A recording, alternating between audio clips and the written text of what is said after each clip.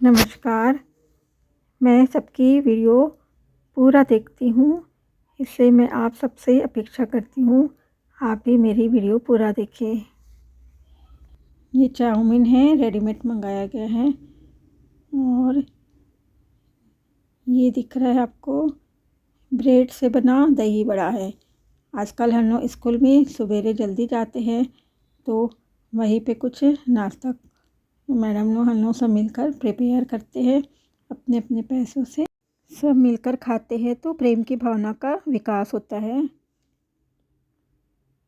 ये खट्टी भाजी है जिसको अंबाड़ी भाजी बोलते हैं। मैंने आम उबाले हैं पन्ना बनाने के लिए और अंबाड़ी भाजी डालकर दाल फ्राई बनाई। आम का पन्ना बनाया। ये उपमा उस दिन बताना भूल गई थी, आगे का क्लिप डालना रह गया था। पानी डालने तक दिखाई थी, उसके आगे का ये है। इस तरीके से बनता, एकदम ड्राई नहीं बनाती। उसके बाद मैंने एक कोबरा की सब्ज़ी भी दिखाई है। आज मैं जीवन से संबंधित कुछ बातें कहूँगी। जीवन बहुत बड़ी बात है। वो सुंदर शरीर, सुंदर देह या सुंदर चेहरे या अच्छे अच्छे कपड़ों भर से नहीं चल जाता। और जो लोग इस बाहरी सुंदरता के फेर में ही रह जाते हैं, उनको सज़ा ये मिलती है कि वो आंतरिक सुंदरता से सदा के लिए वंचित रह जाते हैं। मैं बाहरी सुंदरता के खिलाफ नहीं हूँ। मैं कह रही हूँ, बाहरी सुंदरता आंतरिक सुंदरता के मामले में या उसके सामने बहुत छोटी चीज़ है। हाँ, आंतरिक सुंदरता हो, उसके बाद तुम बाहरी सुंदरता लाओ तो अच्छी बात है। ये समझना ज़रूरी है, क्योंकि जो ये लोग बाहर की सुंदरता बनाकर खूब घूमते हैं ना बाज़ारों में, कि लो हमें देखो, हमारी ओर खींचो, अपना ध्यान दो हमको। उनको सज़ा ही ये मिलती है कि उनको ध्यान तो खूब मिल जाता है और लोग उनकी ओर खींचे भी आते हैं। पर कैसे लोग खींचते हैं उनकी ओर? जो केवल बाहरी सुंदरता को देखते, उन्हीं लोग उसकी तरफ खींचेंगे। हमारे जैसे आंतरिक सुंदरता की तरफ ध्यान देने वाले लोग बिल्कुल नहीं खींचेंगे। हम बुद्धिमत्ता को की तरफ ध्यान देते, उनकी प्रशंसा करते हैं, बाहरी खाल के नहीं। जो यही बाहरी खाल के और सतह के पुजारी होते हैं, वही उनको फिर मिल भी जाते हैं। और जिनको ऐसे लोग मिल जाए जीवन में, उनका जीवन नर्क हो जाता है। इस नर्क से बचो, जीवन में गहराई को मूल्य दो, सतह को नहीं। तो ज्ञान, विवेक, सृजनात्मकता। देखो, ज्ञान है एक, दूसरा विवेक, तीसरा सृजनात्मकता यानी कि कुछ निर्माण करने की कला और बल की ओर बढ़ो। एक दुआ है, नास्ति बुद्धिर्युक्तस्य न चायुक्तस्य भावनाः न चावाभ्यवतः शांतिरशांत्यः कुतः सुखम। इसका अर्थ है, आत्मज्ञान विहीन व्यक्ति में प्रज्ञा नहीं होती। मतलब जिसका कोई ज्ञान नहीं है, उसमें प्रज्ञा मतलब बुद्धि नहीं होती। साधनाहीन तथा विषयासक्त मनुष्य में आत्मचिंतन नहीं होता। आत्मचिंतन रहित व्यक्ति को मानसिक शांति नहीं होती और अशांत चित्त व्यक्ति के लिए आनंद कहाँ। समझने की प्रक्रिया हमेशा विनम्रता की ओर होती है। विनम्रता की प्रक्रिया है समझने की प्रक्रिया। जो व्यक्ति विनम्र होते हैं वही बात को समझ सकते हैं। इसलिए बच्चों को हम लोग अनुशासन में रहने बोलते हैं, विनम्र रहने बोलते हैं। तभी जब शिक्षक बोलेगा तो बात को समझेंगे। यदि वो उद्दंड रहेंगे तो समझने का प्रयास ही नहीं करेंगे।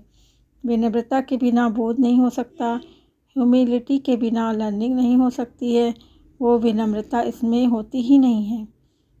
हमको बुरा और लग जाता है जब ये सिद्ध होता है कि हम गलत हैं, और आपके ऊपर इससे बड़ा एहसान कोई नहीं कर सकता है कि वो आपको साबित कर दे कि आप गलत हो। इसलिए कोई आपको कहता है ना कि आप गलत हो, तो अपने अंदर झांकना चाहिए कि हाँ, हमने कहाँ गलती की। लेकिन एहसान मानना तो दूर छोड़िए, हमारे भीतर से उठता है विरोध। हमको लगता है हम पर आक्रमण हुआ है, तो फिर हम प्रतिकार करते हैं, यानी कि उसको जवाब देते हैं। हम प्रतिघात करते हैं, उसको चोट पहुंचाते हैं। हम समझाने वाले को ही चोट पहुंचा देना चाहते हैं। और अगर हम ऐसा नहीं कर सकते तो फिर हम उससे बड़े परोक्ष तरीके से चोट पहुंचाते हैं। यदि हम किसी का सम्मान करके उसको डायरेक्ट पहुंच नहीं पहुंचा पा रहे ना चोट, तो कोई और तरीका खोजते हैं जिससे कि उसको नुकसान हो जाए। तो कोशिश करी है कैसे, जैसे हमने कृष्ण तक को चोट पहुंचाने की कोशिश करी है, यानी कि कृष्ण भगवान हमको सही समझा रहे हैं कि ये गलत है वो गलत है, लेकिन उसको भी चोट पहुंचाने का प्रयास किया गया है। हम उसकी बात को विकृत कर देते हैं, मतलब जो बात कह रहे हैं उसको गलत तरीके से पेश कर देते हैं, विकृत कर देते हैं। हम कहते हैं कि हम तुम्हें चोट नहीं पहुंचा सकते, कोई बात नहीं, हम दूसरे तरीके से तुमसे बदला निकालेंगे, हम तुम्हारे बात को ही भ्रष्ट कर देंगे, विकृत कर देंगे। तो आपको जब भी लगे कि आप कोई बात समझ गए, अपने आप से पूछेगा, अगर मैं वाकई कोई नई बात समझ गई हूँ या तो मेरे भीतर की कौन सी पुरानी बात गलत साबित हुई। तो 100 में से 99 मौक़ों पर आपको यही उत्तर आएगा कि नई बात तो समझ ली, लेकिन कोई पुरानी बात को भीतर ही गलत साबित हुई कि नहीं। तो हम लोग 99% ना अपनी गलती मानते ही नहीं कि कुछ हमने अपने आप को सुधारा है। अगर जो आप नई बात समझ रहे हैं तो आपके भीतर की किसी पुरानी बात को गलत साबित कर रहा हो है, तो आपने कुछ समझा ही नहीं। यानी कि आप कोई नई बात सीख रहे हैं ना, तो आपकी कोई पुरानी बात गलत सिद्ध होना ही है। ये विज्ञान का सिद्धांत है, समझो, ये प्रकृति का सिद्धांत है, क्योंकि समझने की प्रक्रिया ही आंतरिक जोड़ तोड़ की है। जो भी नई बात आपके मन में आ रही है वो नया ज्ञान बनकर बैठने नहीं आ रही है, वो भीतर आपने जो कचरा जमा करके रखा है उसकी सफाई करने आ रही है। वास्तविक ज्ञान बुलडोज़र की तरह है, वो भीतर आएगा और जो पुराने ढांचे होंगे, पैटर्न्स होंगे, उनको ध्वस्त करेगा। तो अपने आप से पूछिए, कुछ ध्वस्त भी हुआ? अरे चोट लगी कि नहीं? चोट नहीं लगी तो समझे कहाँ?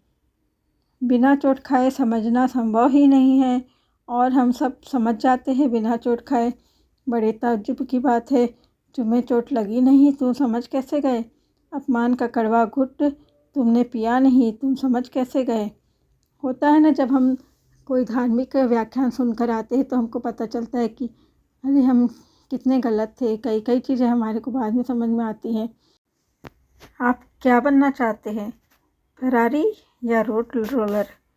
फरारी तो बड़ी बनाई सड़क पर चलती है, उसी सड़क पर तेज़ी से भागने की कोशिश करती है, लेकिन रोड रोलर की चाल दूसरी है। वो धीरे धीरे आगे बढ़ता है, अपना रास्ता खुद बनाता है, जो भी दिक्कतें सामने आती है उन पर चढ़ जाता है, फिर जो रास्ता निकलता है वो दूसरों को भी सहायता करता है।